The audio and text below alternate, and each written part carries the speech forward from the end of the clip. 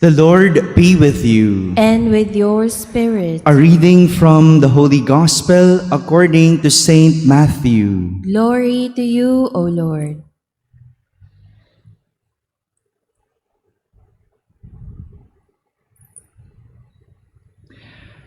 When Jesus saw the crowds, he went up the mountain. And after he had sat down, his disciples came to him.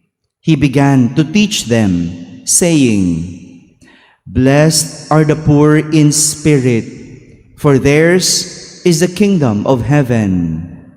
Blessed are they who mourn, for they will be comforted. Blessed are the meek, for they will inherit the land.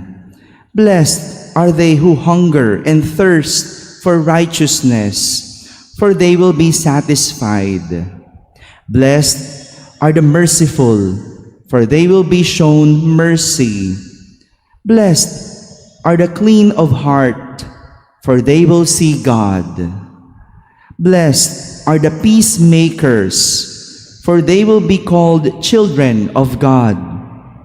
Blessed are they who are persecuted for the sake of righteousness, for theirs is the kingdom of heaven.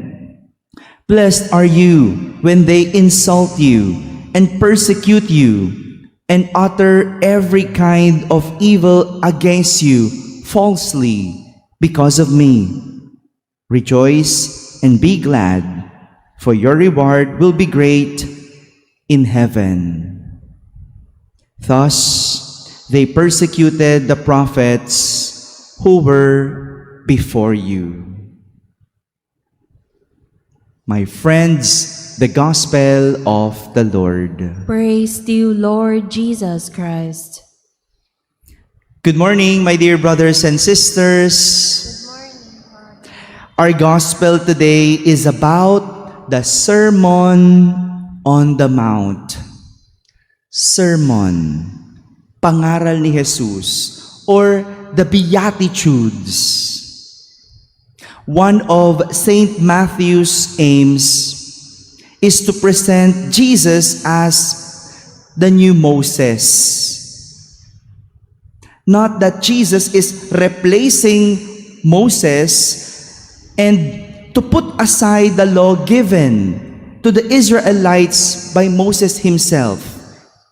Hindi po yun ang intensyon ni Saint Matthew. Hindi niya intensyon na palitan si Moises. Hindi rin niya intensyon na itabi lahat ng mga pangaral, mga batas na tinuro ni Moises. Hindi niya pinapalitan o hindi pinapalitan ni Jesus si Moises. But to transcend or go beyond what Moses had taught, mas pinapalalim lang ni Jesus ang mga pangaral, mga batas na tinuro ni Moises. In the Old Covenant, given by Moses, there were blessings for obedience. Sumunod ka, pagpapalain ka. Makinig ka sa Diyos, merong biyaya ang kapalit. Ganon ang turo ni Moises. And curses for disobedience.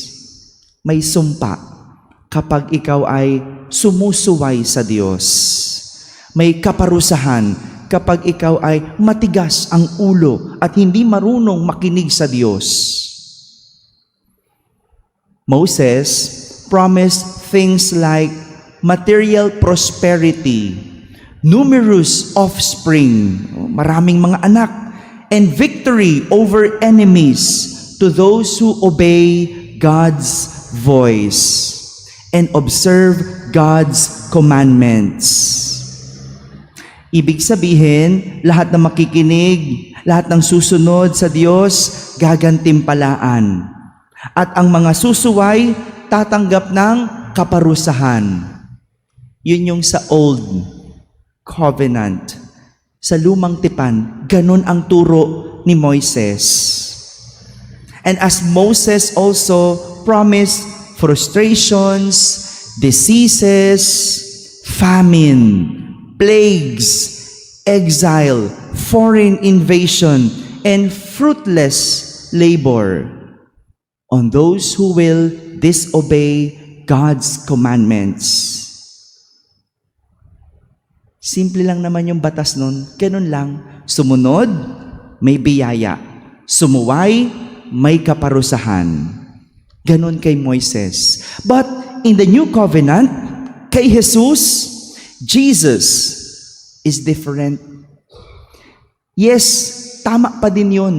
Pero mas pinalalim ni Jesus because Jesus transforms some of the curses or the punishment like poverty, mourning, pagluluksa, persecution into a new path of blessing. He transformed yung mga bagay na tila sumpa sa isang daan tungo sa gantimpala.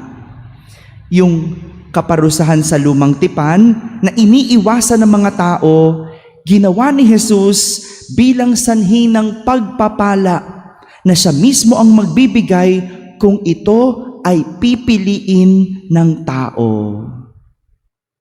To be poor, hindi yan gusto ng tao.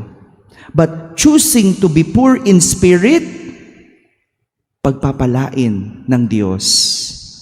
To be meek, yung mahinahon, pag mahinahon ka, mukha kang kaawa-awa, di ba? Kasi sa atin, kung sino ang mas malakas ang boses, siya ang mas parang, mas angat. But yung pagiging mahinahon, choosing to be meek, pagpapalain.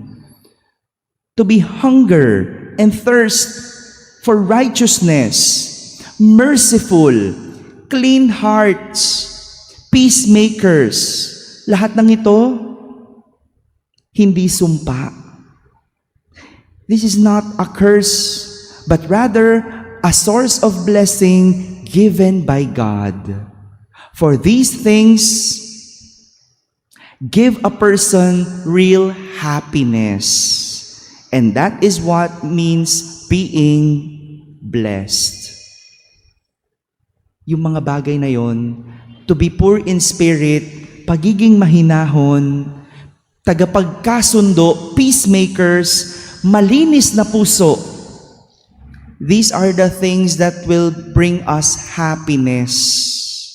Pansinin po ninyo, ang mga mapagmataas, mga sinungaling, ang mga hindi marunong magpatawad, ang mga may bahid ang puso, ang mga nanggugulo, kailanman hindi naging masaya. Dahil walang naging masaya sa pagiging masama. Walang naging masaya sa pagiging masama. My dear brothers and sisters, Jesus sees things differently. Iba ang pananaw at pagtingin ng Diyos. And what the world sees as tragic or a curse, Jesus sees as a source of blessing. For choosing kindness is never a weakness, but a way to blessedness. Amen.